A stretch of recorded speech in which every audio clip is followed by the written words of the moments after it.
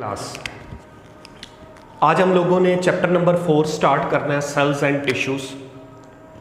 और सबसे पहली डिस्कशन आज हम डील करेंगे microscopy and emergence of cell theory. हम लोगों ने माइक्रोस्कोपी को स्टार्ट करना है।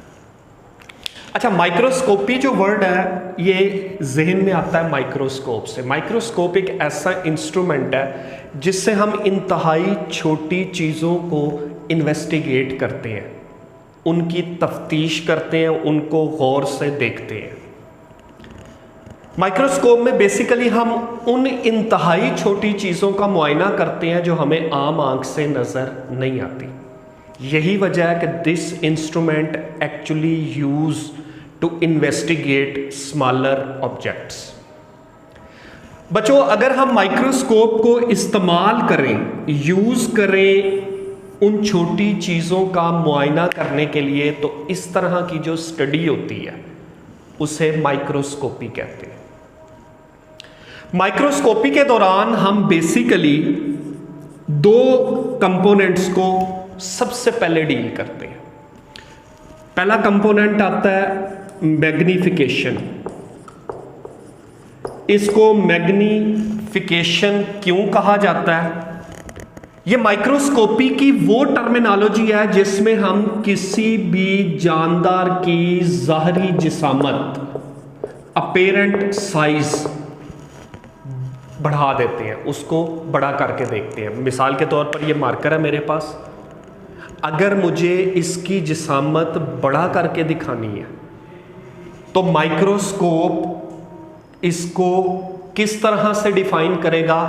मैग्निफिकेशन के पॉइंट ऑफ व्यू से। माइक्रोस्कोपी में जो दूसरी टर्मिनोलॉजी हम यूज करते हैं दैट इज रेजोल्यूशन या रिजॉल्विंग पावर। अब बच्चों, ये जो रेजोल्यूशन है इससे क्या मुराद है? रेजोल्यूशन बेसिकली मैं आपको बताता हूं। जैसे ये दो मार्कर हैं, एक ब्लू कलर को शो कर रहा है और एक ब्लैक को शो कर रहा है। हमें आसानी से इनमें फर्क नजर आ रहा है कि ब्लू कौन सा है और ब्लैक कौन सा है।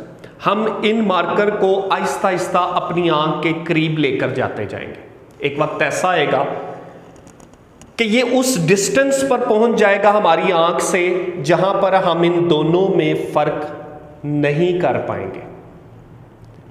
वो कम से कम फासला हमारी आंख से जहां से हम इन दोनों में बाआसानी फर्क बता सके, that is called resolution. It is actually a minimum distance from an eye through which we can distinguish between any two particles. So बच्चों, ये दो टर्मिनोलॉजीज हम वन बाय वन यूज करते हैं माइक्रोस्कोपी के अंदर। अब माइक्रोस्कोपी में सबसे पहले हम जो माइक्रोस्कोप स्टडी करेंगे दैट इज लाइट माइक्रोस्कोप। अच्छा, लाइट माइक्रोस्कोप किसको कहते हैं? हुआ क्या कि 1595 में एक साइंटिस्ट था ज़कारियास जॉनसन। उसने सबसे पहले कंपाउंड माइक्रोस्कोप बनाई। जैसे ही कंपाउंड माइक्रोस्कोप बनी तो रिसर्च के दरवाजे खुल गए।